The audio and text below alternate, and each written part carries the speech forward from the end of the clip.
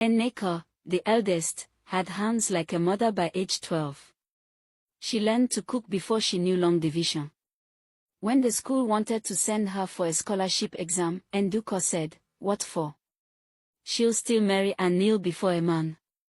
But Chibundu was sent to a boarding school in Owerri with 2 boxes and 5 new shirts. The girls walked barefoot to the village school. Sometimes they missed classes to farm.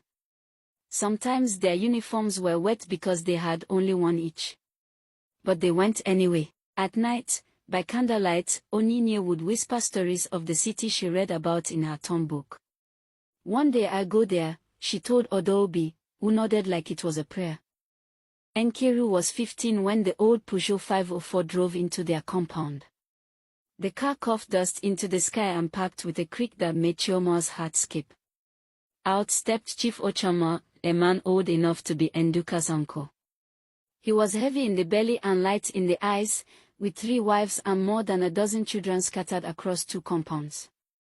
His agbode smelled of camphor and foreign perfume. His laughter was loud, but never warm. He had come for Nkiru. "She is ripe," he said, holding a glass of palm wine. "And I'm willing to pay well. 2 goats, 500,000 naira. And bags of rice for the family." Chioma choked on her breath. "She's still in school," she said. But Nduka's mind was already on the money. He had debts from building a small shop, and the money meant respect, meant pride. Meant he could hold his head high in the village square again.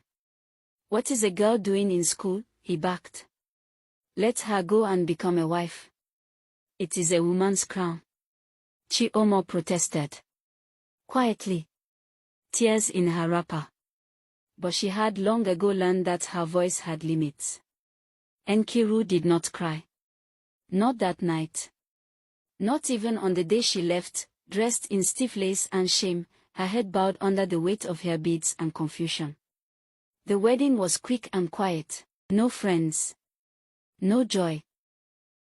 The first year was a horror wrapped in silence. Chief Ochoma was brutal. He beat her when she spoke too softly. He beat her when she spoke too loud. The other wives hated her. Called her new broom and rat that brought no dowry for us. When she gave birth to a daughter, Chimamanda, there was no celebration. No son again. Chief Ochoma had sneered, slamming his cup down.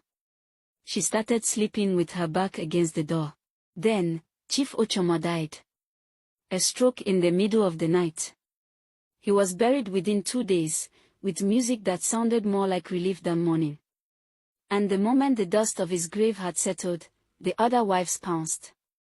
They took her wrappers, her baby's mat, her rice, her dignity. "You came empty-handed, you will leave empty-handed." With a 2-year-old clinging to her side, and no roof over her head, Nkiru made the long journey back to Umuduru. The soles of her feet blistered. Her voice was hoarse. But she came back.